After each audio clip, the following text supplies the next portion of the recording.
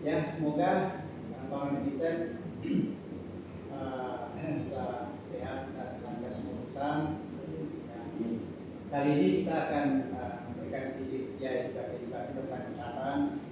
Ya, karena kenapa kita sadari bahwa kesehatan itu adalah hal yang paling mahal, investasi yang paling mahal. Karena kenapa? Tidak seperti ketika kita membeli barang atau kendaraan bahwa memang ada harga sekian. Dan ketika kita sakit berobat itu kita tidak pernah disampaikan bahwa sekian biaya. Jadi itulah makanya kita perlu bagaimana mencermati, bagaimana kita yang berbincang-bincang, berdiskusi sehat sebenarnya itu seperti apa. Nah, kali ini kita kedatangan tamu.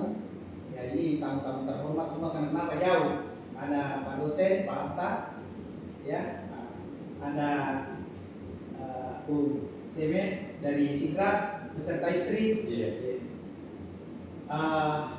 Ya, ini ketemu begini sudah kurang lebih ya masuklah dekade 50 tahunan, ya. Di mana kita masuk ya kurang lebih setengah apa? Apa yang perlu dijaga di situ?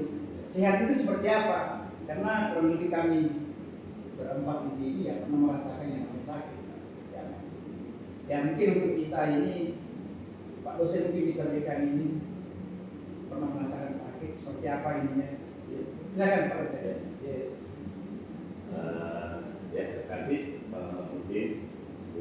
Ya, selaku praktis kesehatan, ya saya juga termasuk akademisi ya di bidang kesehatan. Menurut saya 4 kondisi kesehatan ya.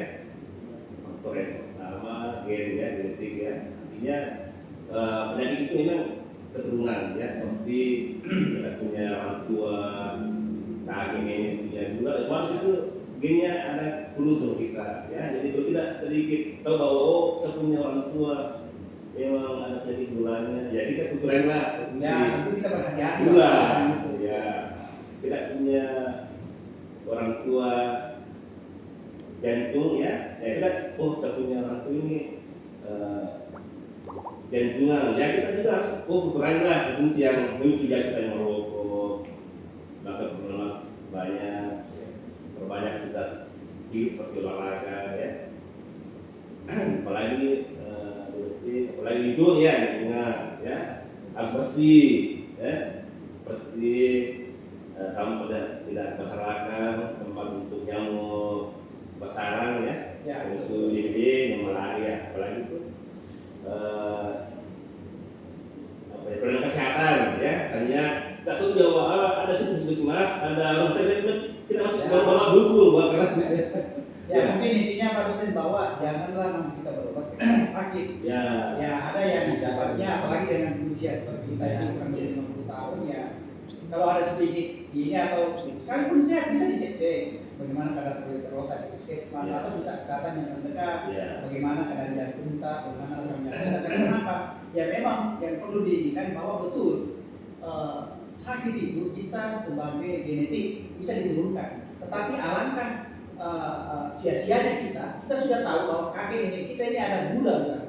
Tapi kita tidak pernah tahu apa yang harus saya lakukan, apa yang harus saya putuskan. Olahraga saya itu harus seperti apa, sehingga nanti tidak memberikan istilahnya tambahan beban. Ketika kita punya katakanlah warisan penyakit gula, kemudian kita tidak berlaku sehat, kita tidak berlaku apa-apa yang harus kita jaga ketika ada faktor risiko turunan. Tapi kalau kita katakanlah seperti ini ya, bincang-bincang, ini kita berkonsultasi ya, itu akhirnya kita tahu bahwa oh iya ternyata kita harus berhati-hati dengan ini karena ada turunan kita dengan gula.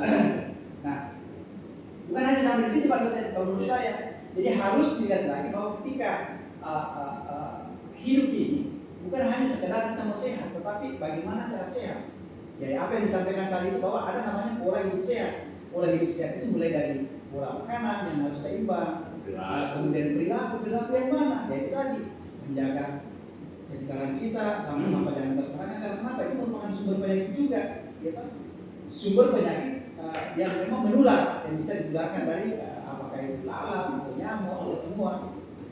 Ya memang kuncinya memang bahwa kita harus ada rekod berurusan ketika kita mau sehat bukan hanya sekedar mau, tapi kita harus menjaga pola hidup sehat, kemudian kita berolahraga secara teratur, ya itulah. Nah, saya kira begitu Pak Dosen. Ya kita sepakat ya bahwa ya tidak ada kata lain, kita harus pola hidup sehat, ya. Ya, mungkin berikut bisa diberikan juga karena pada hari ini kan ya pernah merasakan sakit seperti apa? Atau ada statement Pak Dosen sakit itu sebenarnya seperti apa yang kita rasakan ketika kita sakit? Apa ya? Kalau sakit itu artinya mudah-mudahan ya saya tidak mengalami hal seperti itu. Nah, artinya ada Ya, ketidaktahan. karena sakit itu apa ya? Seperti hanya selalu pernah mati. Ini semua mati ini. Ya. Kalau saya mati, bagaimana anak saya di belakang ini masih kecil-kecil, bagaimana istri masih muda nanti menikah lagi, bagaimana